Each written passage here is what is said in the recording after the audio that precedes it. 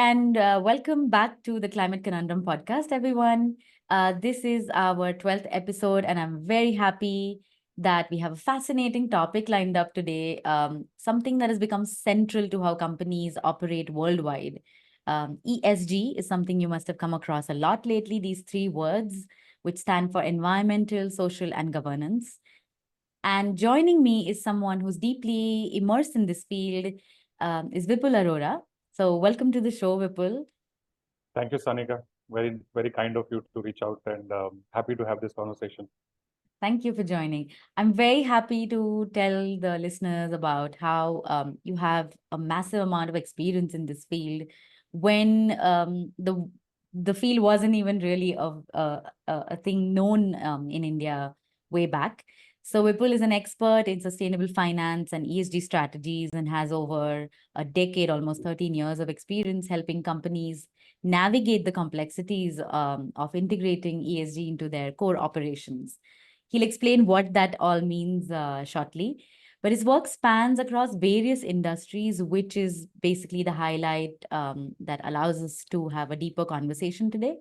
And he has a unique experience working with global as well as Indian companies and the landscape in this sector. Most interestingly, Vipul has also written a book on the same topic called Essence of ESG, and he covers the history of the field, the reasons behind its development, and its fundamental relevance, illustrating what it can do for companies in the future. So let's dive in, and I'm really excited to take this conversation from a base level because a lot of people don't know what it really means, what these words stand for, how to implement it. Two, I also want to address people who are interested, who are aware and already in the sector. So we'll try to keep a balance of both sides today. Sure, Sanika. Right. So it's become a buzzword, and we know this, right? Everyone is using ESG in their annual reports to so many webinars that have come up. But what does it even mean, and where should we start if you have to just explain what the concept is? So, Sanika, ESG, because obviously it's a new term. It captures a lot of curiosity and interest and oh, what is it. But truly, ESG has been around for hundreds and thousands of years. Is my belief, simply because in its earlier version it used to be called sustainability. And Mm, sustainability again is a term that was coined in 1987, the Stockholm Convention. But even before coining that term, the concept, the principle has always been around. Sustainability simply is how you can sustain yourself over a really long period of time. And right. ESG is a framework.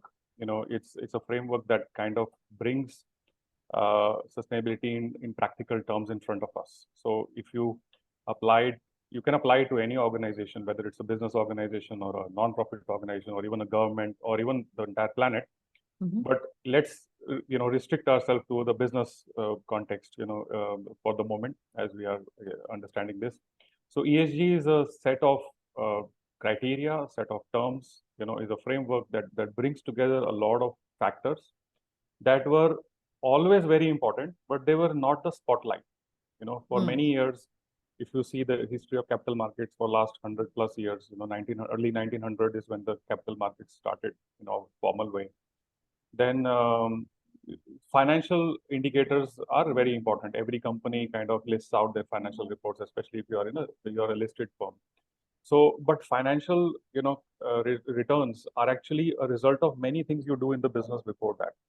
So right. ESG is capturing, and those were called operational factors or operational indicators. So ESG is capturing a bunch of those operational indicators which were ignored for a long time. So, but were very critical. So E is related to all environmental factors. Every business consumes resources from the environment.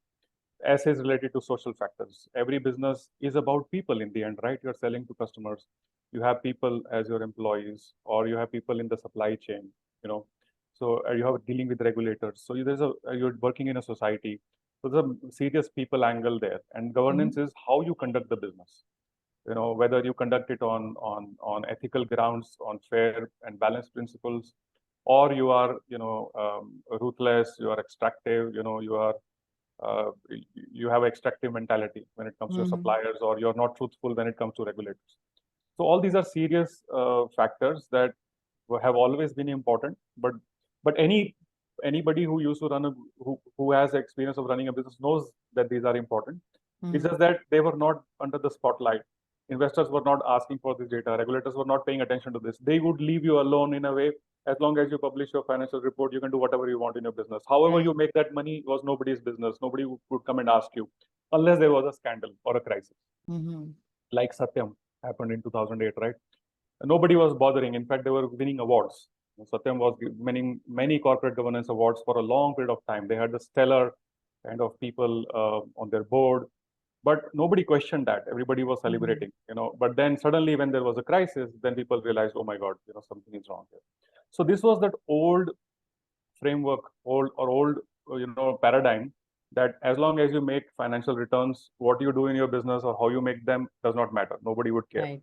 But now things have changed because of we are an interconnected world, social media, internet. So now these factors, anything goes wrong here, immediately comes to the limelight. We've seen issues with Paytm, for example, on the governance side. Yeah. Suddenly a huge part of their business got struck down. We've seen issues with Byju's because of the governance kind of reporting concerns, and so many question marks there. So so it has become very important, not just how you make money, or what money you make, but also how you make your money. So All ESG. the elements, all the different factors that would make you the money in the first place. Exactly. Mm. Otherwise, if you don't pay attention to these, it will not be possible to continue making money anymore. People Mm. think that ESG, so there's a lot of criticism also that comes to ESG. Some people say it's a leftist agenda, it's a woke agenda. Some people say it's a neo-colonial agenda. India is growing, you should not impose these norms. These are all allegations. But if you look at hard data, the reality is we have polluted so much Mm. that we've reached a tipping point, we've reached a dead end where we can't pollute anymore. Go to Delhi, or there was a situation in Mumbai also last year. It's impossible to breathe there. It's data is there to show that your average lifespan will come down by 10 years if you're living in Delhi. And people Yeah. are using filters, air filters, to clean the air. It's a cost now. So clean air, you can't just take it for granted, right? That's how Mhm. much we have polluted. Water, we have 4% fresh water of the world in India, and it's not consistently available. And yet it's a $300 billion industry globally of bottled water. So price is increasing. So you cannot take for granted that you will get free, clean, potable water anymore. Forests have been big. So I've talked a lot about in this book. I can go on, but I would stop here. There's a lot of data, real data, showing that the natural ecosystem is reaching a collapse in terms of Right. biodiversity, nature, resources. So therefore, it will affect the ability of the business to continue to make that money. You cannot assume uh, that business will remain viable in the long run. You cannot, in accounting, there is a concept going concern. Even Mhm. that assumption is under question now. You cannot assume you are going to be a going concern, because these resources are going to run out, and they are running out, and it will start showing in your P&L. Your costs are going to increase. So, and the same is true on the social side. If you don't treat your suppliers well, if you don't treat your employees well, if you don't treat your labor well, if you don't take care of all your people, including women, you know, Productivity is going to go down. productivity is going to be an issue, and your branding is going to be an issue. Mm. And if you don't run your business clean, and if you are not clean in every possible way, but in front of regulators and in front of other stakeholders also, you're going to hit a dead end very quickly. One day, one notification and your business is, 1/4 of what it used to Mhm. be, or your market cap is destroyed. So these are therefore very critical factors now, and should be the reason why we should respect ESG. I know there's a lot of criticism also. People talk about greenwashing. We'll get into that as in the further questions. But we must respect ESG for what it does. It brings attention to these often ignored indicators that are really important. This is how you create value in the business. And if we don't pay attention to them, we will not be able to create value forever. We're going to hit a dead end. Absolutely. And like you said, the agendas do exist, right? It is, after all, a slight ecological as well as humanitarian agenda, because for too long, capitalism has relied on utilizing resources without acknowledging any cost factor of what we are extracting from nature. So at some point, we will have to adhere to giving due credit where it lies, as we are running out of these resources very rapidly. We will come to the critique aspect, because without it, the discussion is not going to be complete. But I think for listeners who are new to this, let's break down the concepts a little bit. What does the E stand for? Because once we kind of break down these three letters, I think then you can explain what the regulations are and how even ratings are calculated for ESGs. So, so E is related to all environmental factors that, that are affecting the company, or, there is now the concept that company is also affecting the environment. So it works both ways. Now, all these are, they have technical terms which I don't need to use, but there's a lot of language soup also that is coming in ESG. But in simple ways, how the environment is affecting the company and the company is affecting the environment. Those are environmental factors. That obviously includes the key 5 elements that we have: land, water, air, forestry resources, etc. Other natural resources. Sometimes animal resources are involved. And how, so there is an input, there is a process, and there is an output in each company. Companies take these inputs in terms of natural resources, then they do some processing, and then they leave some output. Now, some output is useful, some of it is not. So that is called waste. So how, therefore, they handle the waste? So how do they handle inputs? How efficient they are in their processing? How much energy they use? How much electricity? Where it is coming from? Renewable sources versus non-renewable sources? And can they be more efficient? And how much they produce, and how much they need to throw out? How much of it is harmful for the environment? There is some hazardous waste, or there is some other waste. Plastic is a serious issue. Solid waste, a serious issue. Processing industries that leave water out that destroys rivers and oceans. So these are all very serious environmental factors that one has to pay attention to in many sectors. Environmental practices and the regulations are also rapidly changing world over. India is following suit as well. But I think social is where usually we lag on, and that is one of the things that ESG has been critiqued on a lot, that it doesn't get discussed equally. So could you shed some light on this? So I think, so I started in this space like in 97 when I was a third year student in college, and I saw the problems. I read an article from Professor Stuart Hart, who's my guide actually. And so from my point of view, so that article painted in 97 the picture of the crisis that we will face, including climate change and many things. And if you look at the world reality now, so many years have passed. We are in 2024. Still, many of those challenges remain. We haven't done much action. So from my point of view, we are lagging in all of them. This is a kind of a quick, we correction. can end the episode here. So it's not just S, we are lacking in pretty much in terms of compared to what needs to be done.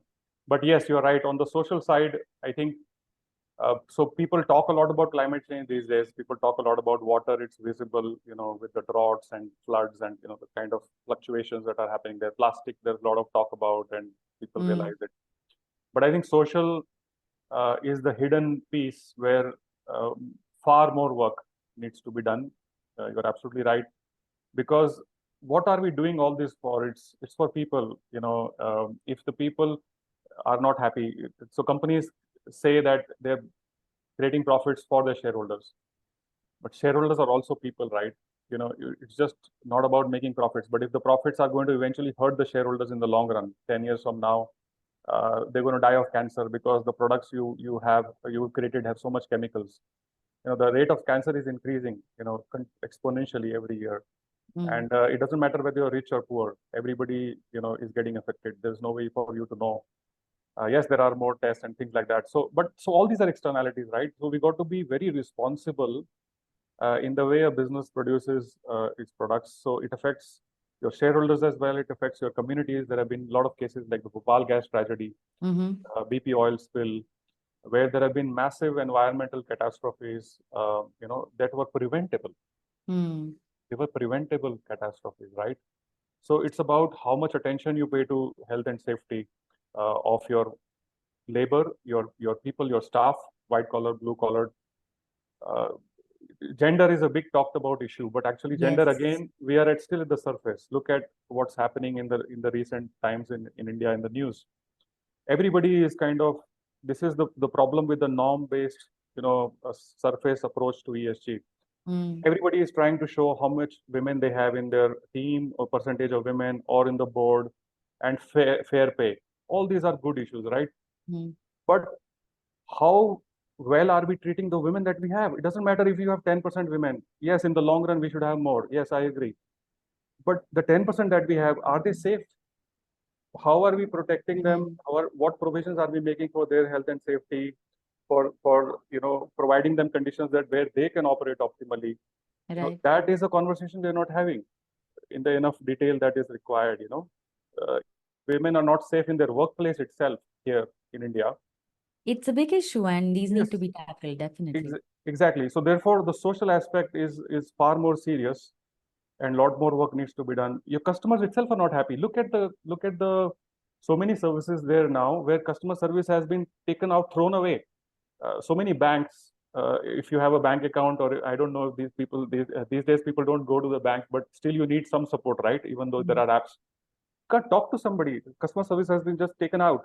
They've been replaced by automated voice calling or chat bots.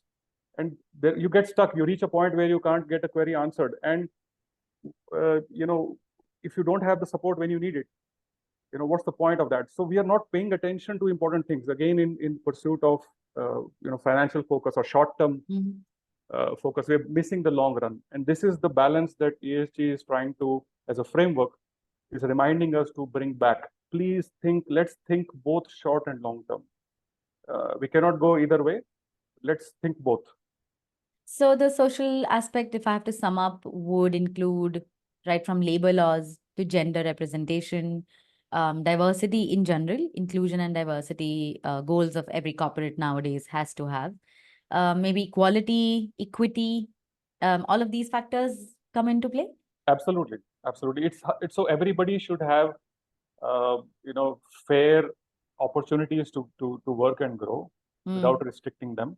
But it has to be done in a culturally appropriate context. That's the serious issue, Sanika. The problem. local people, the local employees, and each land's own right of labor will be taken into account. Yeah, if we are building a production facility in a place, land rights, if there were tribals living there or locals living there, are they getting affected by the operation? There are pharma factories in many parts of the country where effluents are just being discharged into the groundwater there or in the river sources, and it's creating if you track the trajectory, it is creating plethora of diseases over the long run because enforcement is not there adequately, or companies are greenwashing by saying that they have zero liquid discharge, but actually they don't have. So what I'm saying is essentially that we need to take this seriously. Otherwise there is a clear cost to some of our stakeholders, which we don't realize right now in the short-term financial thinking that we have, but it's going to come back and bite us. The brand will get affected. There will be complaints. There may be public interest litigations. Customers will go away. Community will get upset at you. So there'll be long-term consequences. So it makes actually strong, prudent business sense to think about this before a crisis. Absolutely. Quickly moving on to the governance part, because I want to spend more time talking about the actual way in which these things are measured and compliance is done. But yeah, the governance angle, which is the third pillar of ESG, is also very interesting. Can you explain what it entails? Governance, in a one line, is how a company runs itself. Imagine if it were to be a government of a country. It has its roles, structures, a hierarchy, and some guiding principles. So in the same way, a company is an organization. It has some guiding principles which are captured in its policies, sometimes starting from vision statement, mission statement, and then all the policies that it has. So these should be the principles guiding them. And then there is a role and hierarchy that delivers it. Now, so corporate governance in a simple way is how you run yourself as a business, as an organization. But what happens is things are very different theoretically versus how they are done practically. So companies can have great, very, very lofty vision statements and policies, But the reality on the ground is very different. In terms of internally, the way the organization is run, the personality kind of comes in, personality bias, or sometimes gender differences or biases come in, or ethnic biases, come in. Right. For example, or there is corruption. Sometimes, meritocracy is not there. There is corruption, implicit, explicit. Favoritism can be there, and then there is the serious issues with suppliers.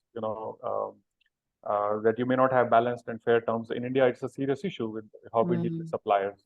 We can run an entire podcast on that, on what goes wrong when you deal with your suppliers inappropriately in the long run. So it's all about how you run yourself and how you deal with all the stakeholders. Are you truthful is a serious issue. The fact of greenwashing itself is a risk, because sometimes companies choose to take shortcuts, not being truthful, not being brutally honest. But the truth always comes out. There is this thing, right? In India, we have Satyamev Jayate, which essentially simply means that the truth always wins. The truth always will come out. So you can postpone it, you can avoid it, but someday it is going to come out. So why run away from it? It's more prudent to actually be truthful in your reporting and say there is a problem. Say it upfront, like we do in the startup world, right? Fail fast. So it's better to actually say. So governance is all about what principles guide you and how you actually deliver on them. So these are regulations that government set out. These are regulations that the company would have to adhere to, along with, say, issues like the board members or any kind of internal ethics and accountability factors for any company. There are about 150 or so data points, indicators in the corporate governance, pillar of ESG. But in a sense, it is about the structure and what is being followed.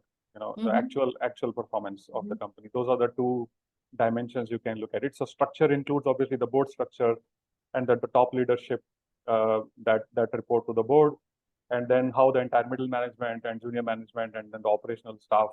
So that's the structure piece of corporate governance, and how these people have to interact with each other, set in the form of SOPs, standard operating procedures, or policy frameworks. So that is how the structure is supposed to be. So a company has to have it well designed. Company has to have it fit for purpose, because a structure for an IT firm, which is a heavy people-centric business, is very different from a structure you need in a manufacturing operation. So every industry has its own standards for the ESG reporting? Regulators vary. So there are some common standards. So in India, in BRSR, we have, for example, the core indicators, and we have essential, and then we have leadership indicators. So core is what everybody is supposed to report on. That is assumed to be standard. But then there is something that is expected from other industries where they have industry specific, and more details are being built on it. It's a work in progress. But businesses who have been running for many years, they already know it. Like there are large conglomerates in India, right? Groups diversified like Tata, Birlas, even Reliance, and many others, Adani. So they know instinctively, they know that different companies, as they operate in different industries, they have to have different sort of structures. They could be similar in some ways, but then they have to have some differences as well. So it has to be fine-tuned. The structure has to be fine-tuned. And then the other part is how the structure actually functions. How does it deliver on the policies, or are there gaps? And more often than not, there are gaps, even in the most mature companies, because organizations are very large, they are very complex. And how you work personally may be very different from how I work. And those personal differences creep in. And Indians as a race, we don't like to follow rules. You can see it on the road as well, with traffic. Everybody wants to kind of, take a stab at passing away when they have the opportunity. So we have general issues, cultural issues with discipline. So I think policies don't get implemented, but things are changing. Even the corporate model in India is not too old, right? Just after, there are very few firms that were there before independence, but after independence, especially 90s onwards, when the liberalization, the first liberalization happened, massive explosion in the corporate sector. Mm-hmm. So it's something new for us. Culturally, we are not used to the corporate way of working. Right. The Indian style is entrepreneurial or small Small businesses or businesses, family. family businesses, right? We are more comfortable with that because of cultural and ethical issues and trust. Those Mm, businesses used to be run in a different way. Now this is a professional corporate structure, mm, which we are not used to. So it's as a cultural experience. It's something new. We are getting used to it. Professionals working in a different firm, which is not your family business. So how to interact with other people in a professional way, it's something. So there are gaps there, but we are maturing. India, and different companies are at different stages. So we have to be just mindful of the cultural differences as these concepts are applied. Uh, right. A lot of this eventually rests on ethics. And I think you gave me a good segue into how to proceed and ask about the major allegations of greenwashing on this sector, right? A lot of what you told me right now ended up with the point that it is the company's responsibility to be ethical in their reporting, be honest, and truth wins one way or another. It's better you come out with it yourself. But this is great in theory, but it's not how it works in reality, right? And having worked in this sector for so long, I think you know some insights into how this does not work on the ground level. Are there any case studies or any stories that you could share about where some companies could have gone right versus how there are pitfalls that are obvious and people don't really respect it? So, ethics is actually the heart of the G pillar. So, I mean, if you were to just focus on that, I think entire governance, corporate governance pillar in ESG can be synthesized in ethics, and a derivative of that, which is right conduct. I like to call it right conduct. You must have right conduct, because the way you design your corporate governance structure also is a expression of your ethics. Mm. And how you actually follow it is also an expression of your ethics. One can design it very poorly, that represents low ethics, and then even if you design it whatever way, let's say you design it X, but if you do Y, that shows hypocrisy. So there is a gap there. So ethics is a very important piece, and I think hundreds of examples. So we used to rate so many companies year after year, and not just in India, by the way, globally. Ethics is the major question when it comes to, will companies last long or not. And if you Mm. notice, actually, companies, and I've done this research and I've listed this in my book as well, that companies that last really long, you can boil it down to one thing, which is ethics, because they were truthful to themselves and they were truthful to their stakeholders. That is the reason they lasted so long. And I've highlighted the case study of Tata Group, by the way. Mm-hmm. And that explained deeply in terms of they lasted so long and they've continued to thrive and grow. It's $300 billion market cap now. So that's a good case study. Mm-hmm. And just to go a bit deeper into what they've done, I just use one example of what differentiates them from others. And I know it's not the same across Tata companies because, again, there can be differences. But in terms of what the founder started, so Jamshedji Tata, when he started this, steel plant in India at that time, he spent about 12 years building a city. Later, he started the steel plant, and there was no regulation at that time in India or Europe or anywhere in the world to ask him to do that. He did it out of his own heart because he wanted the labor there, the employees, to have a good working conditions. So he Mm-hmm. built city, trees, schools, hospitals, apartments. Apartments were experimented for the first time in India at that scale. Okay. Yeah, it was an innovation that he did. And he was the first to create Provident Fund and many other welfare schemes and 8-hour working, conditions. Whereas in Britain at that time, it was about 10 hours or something like that. So he built, there was no need for him to do it. But he had the interests of his stakeholders in mind, that if people are going to be taken care of, they will give their best output and they will stay with you forever. And Jamshedpur is a kind of a remote area. So if you take care of them there, then they will not leave you and go anywhere, right? Right. So it comes back to help the business. So he went beyond regulation. to do this. So this comes to the business case of ESG, why we must do it out of self-interest in the business and not led by compliance. Now, so that has lasted them for many years, right? Jamshedpur is now the highest ranked private city in India. Any metrics that you look at, the quality of life there is ranked top high. Whereas if you look at other cities and the cost of living, or the quality of life, sorry. Now come back to other case studies where ethics, have been compromised in the case of short-term interest and then the consequences. So Satyam, we just talked about earlier, right? Clear case of ethics. This was doing very well. It was continuing to grow. It was the IT sector was booming in 2005, 8, and 2008 suddenly when it was bubble because of West conflict of interest and lack of truthful reporting. There was a very different picture from the outside world. So many corporate governance awards, and inside was a very different opposite, exact opposite. So this is the hypocrisy that I was mentioning earlier. And then the bubble burst, and then everybody got to know. And but then the livelihoods of so many employees were at stake. So it's great that the government stepped in, created a committee, cleaned it up, and now we have the company still running, the employees. But there are other firms where this didn't happen. Kingfisher Airlines, right? So all those employees, they suffered. Paytm we talked about earlier. Corporate governance, risk. Yes, Byju's, very recent example. Yeah, Byju's, giving targets to people, pushing them to do things that they are not comfortable doing.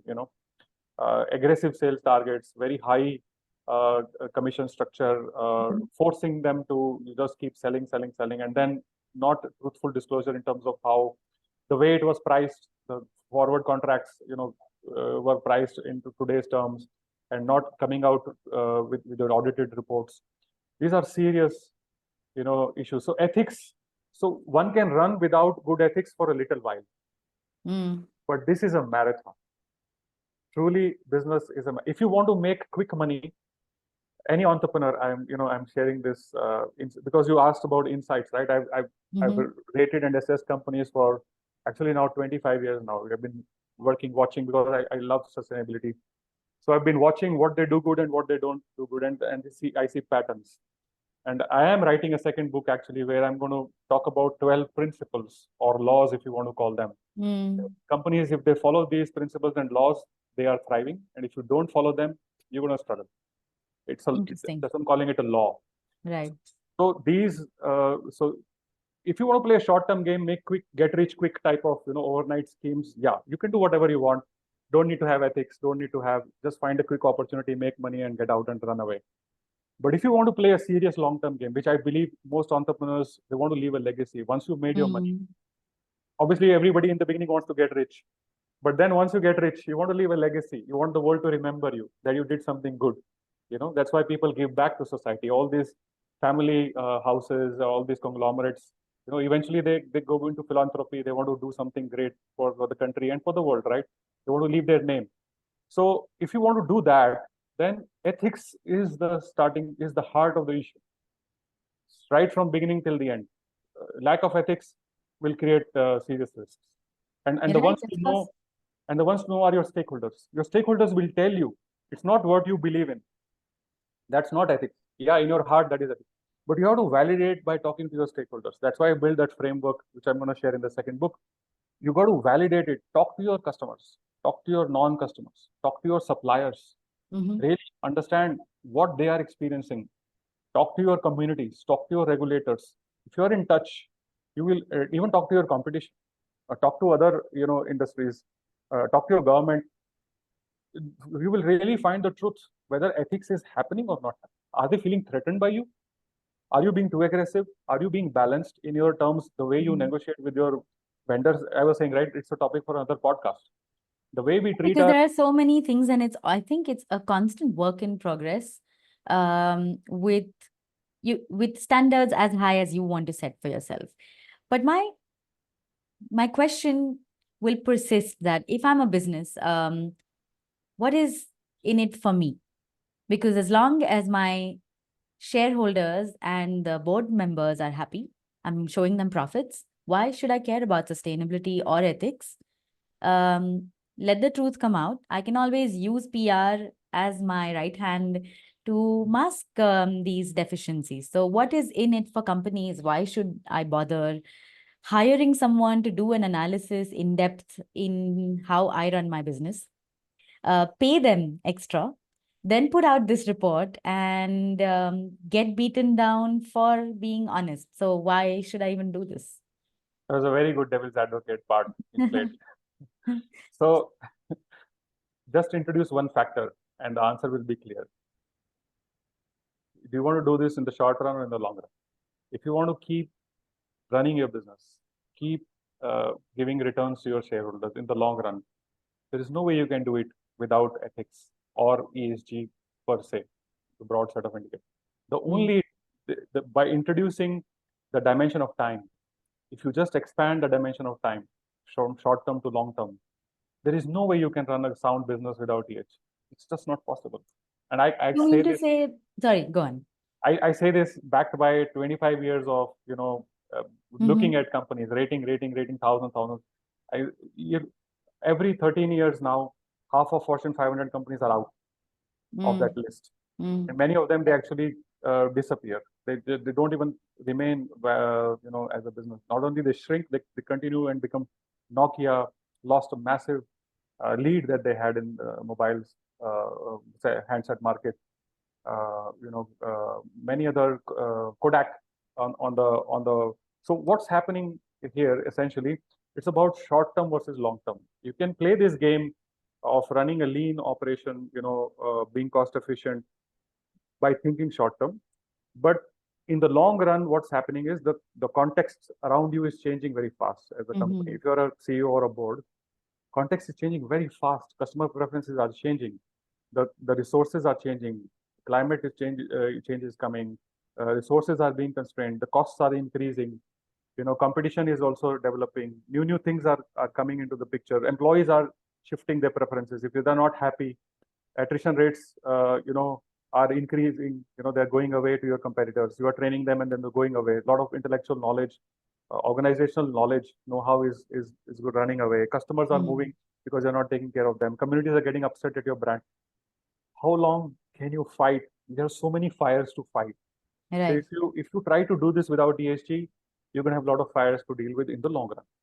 But so basically, what I'm hearing is use ESG as a tool to ensure long-term success for your company, with grounded measures, instead of just profits playing or advocating for you, allowing the environmental regulations, giving respect to resources, giving respect to the people, and setting up a good system of governance being would responsible, being being, responsible.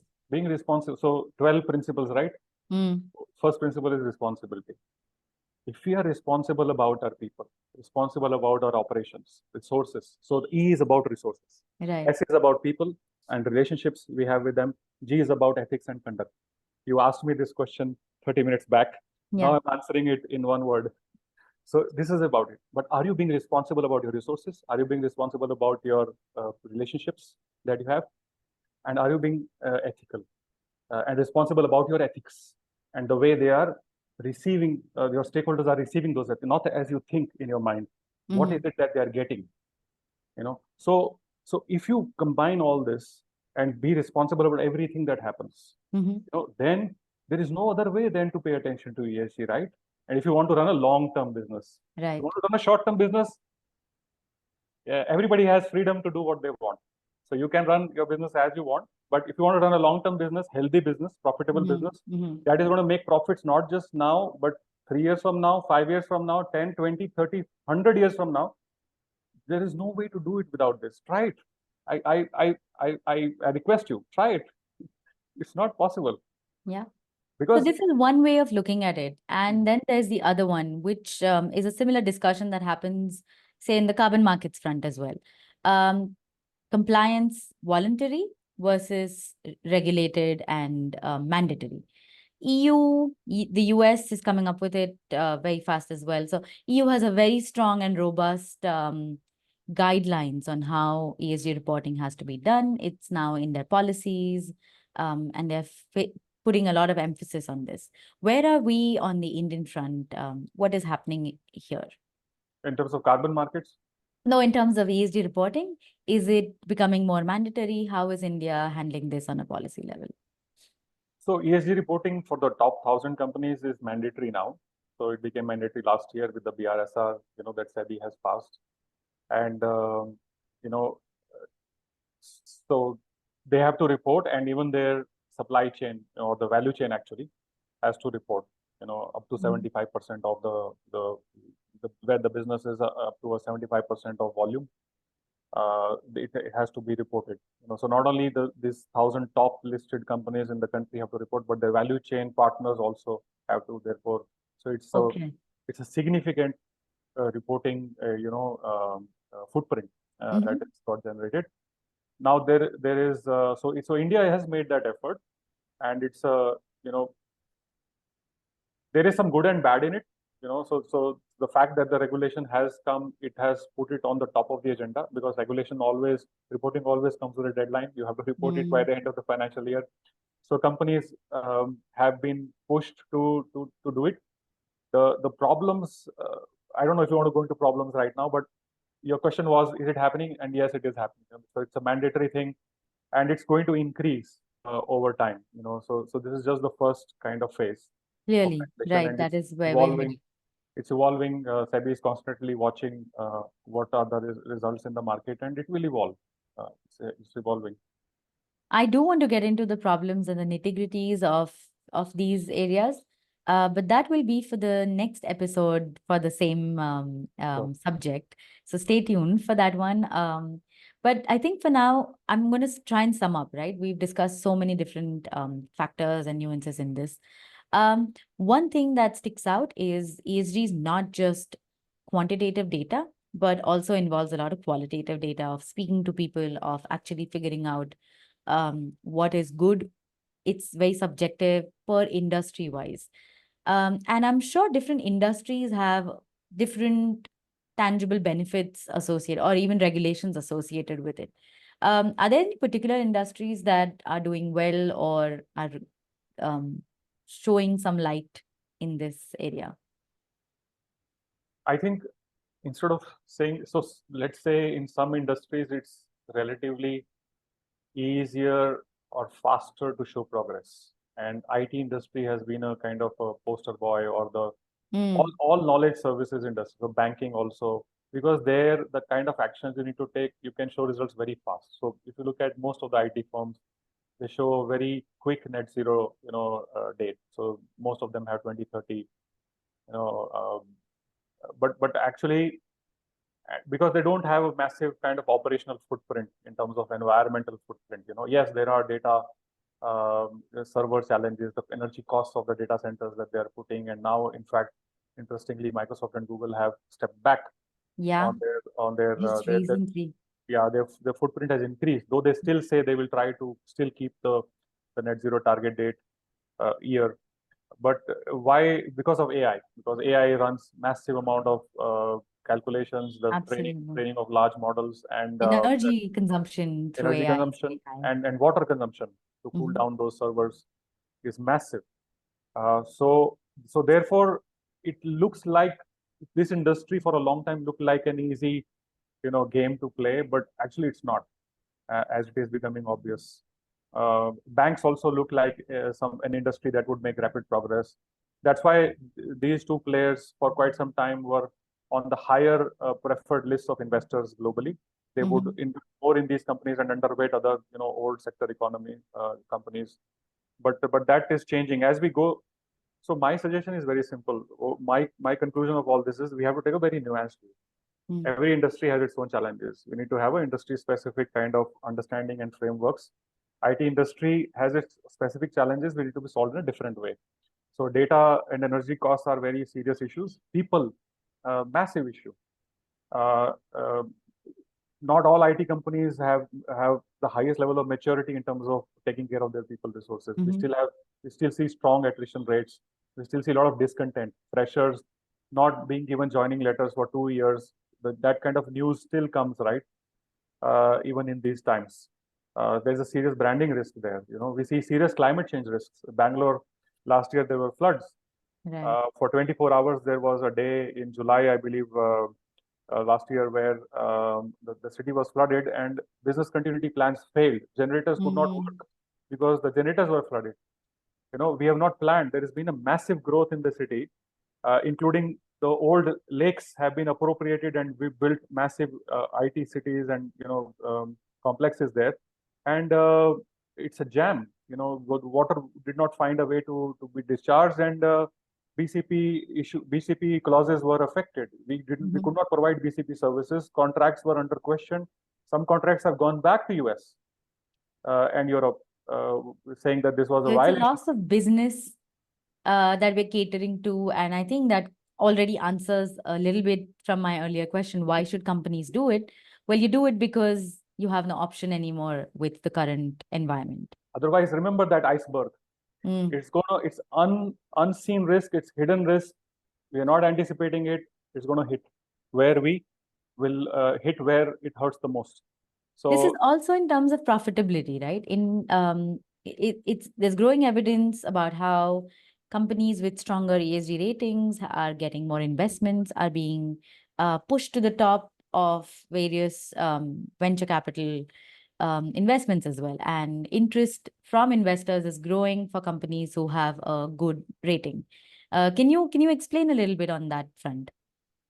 So that's basically to show that investors have a preference. They would want companies to do serious work on this, again, from the long-term alignment point of view. Because if you look at most large investors, these are the big long-term pension funds, 20, 25, 30-year, 35-year, 50-year holding periods they have. Now, what they want is they want to invest in companies that are going to last that long and give robust returns over that window, right? So there's an inherent alignment. And if anything goes wrong with the broader system itself, if there is systemic risk, which is beyond companies, beyond industries, that the entire economy collapses, they will be the ones affected. They will not be able to show returns to their beneficiaries, people who are pension holders. So therefore, they have a preference and they would like to incentivize. That's why they like to, companies that have good ESG ratings, for quite some time, they've had better market cap or better returns on the equity.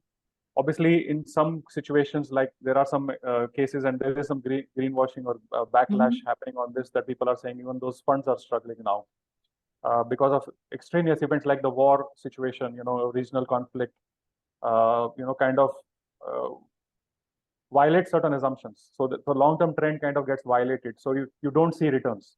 Right. So some people are getting criticized. That's why now there is criticism in Europe also that, is ESG actually deriving alpha? But it's all coming back to the question of whether you look into the corporate world or investment world, it's all coming to the time window.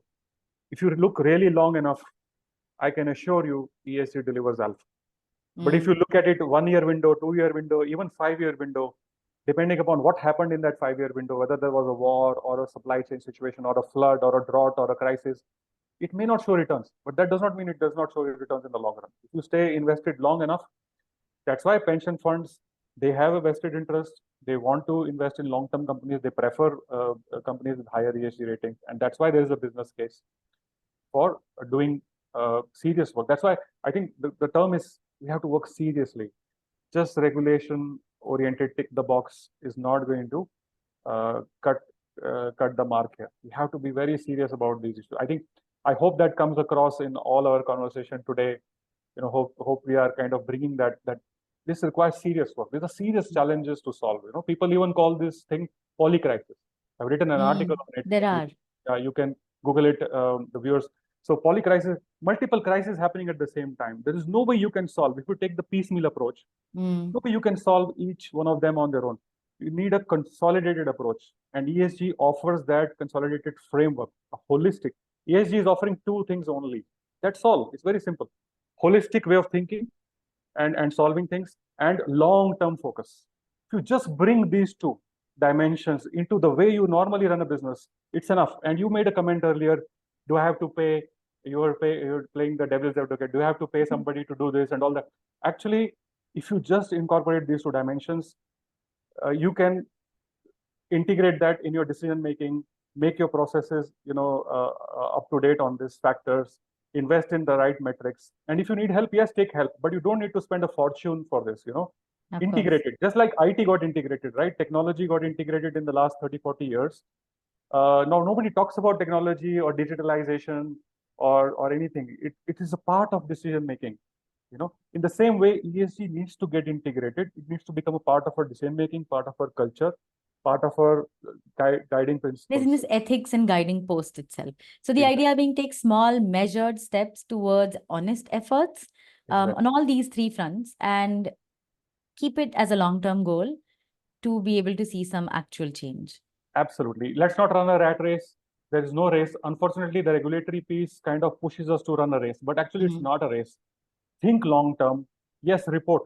There's no choice. We have to report. If you have to report, report. But please, can you go beyond reporting and think 5 years? Can you make a 10-year plan for the company? Can you make a 20-year plan for that? Their ESG will start to show the results. Companies who have done it successfully have been able to think really long term and think holistic. Don't think shareholders only, think stakeholders. If you really think stakeholders by design, and if you think long term by design, you can nail each and every challenge the company is going to face, industry is going to face, the entire sector is going to face, country is going to face. All those challenges can be nailed. The poly crisis can be solved if we just do these two things, all of us together, if we do it. That's a very hopeful and yet pragmatic approach. Thank you for that. I'm a believer. That's why I joined this space. Yes, you have to. Vipul, you've worked in this field for so long and you've shared some amazing insights today. This episode is already long enough, so I'm going to slowly wrap up. But I think before we jump into the second part of this episode, to wrap up this conversation that we had right now, how would you sum up the sector and its growth in India today? And where do you see it leading towards? So I think, watching it for a long time, trying to, see things happen, I'm very happy that, I was pleasantly surprised when during COVID, ESG took off. I was not working interestingly in those days, but the way the sector has grown, I think it's a great, promising sign. But I would say that it's a job partially done, so we've just begun, so we should not, I think, congratulate ourselves too much or think that we've, already delivered a lot. We have a serious amount of work. I would say 90% of the work still needs to be done. What we have done is just kind of scraping the surface, the first 10% initially, which is a rapid expansion of compliance driven, focus. But now capacity building needs to happen, so companies now have it on their agenda, but it needs to be translating now into capacity building, significant amount of capacity building across companies, top management, middle management, board levels, including operating staff, suppliers.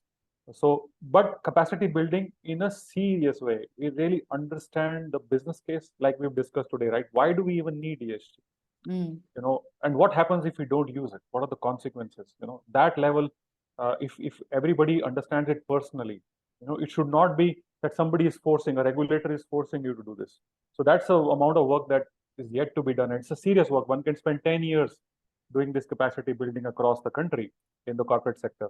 It has to go into the business school education. When we graduate from the business school, there itself, it should be taught in the B school curriculum. So there is a significant room there to be done. We need to obviously create local metrics and frameworks that are suitable for the Indian context.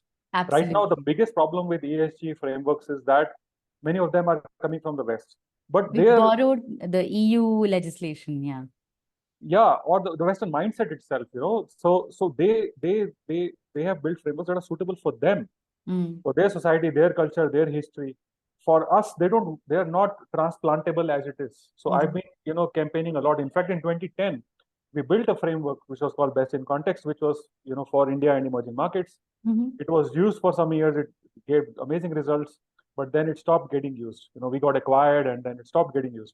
But that is still available in the public domain. And we need to create more such frameworks where we build for the Indian context, like coming back to that gender question, right?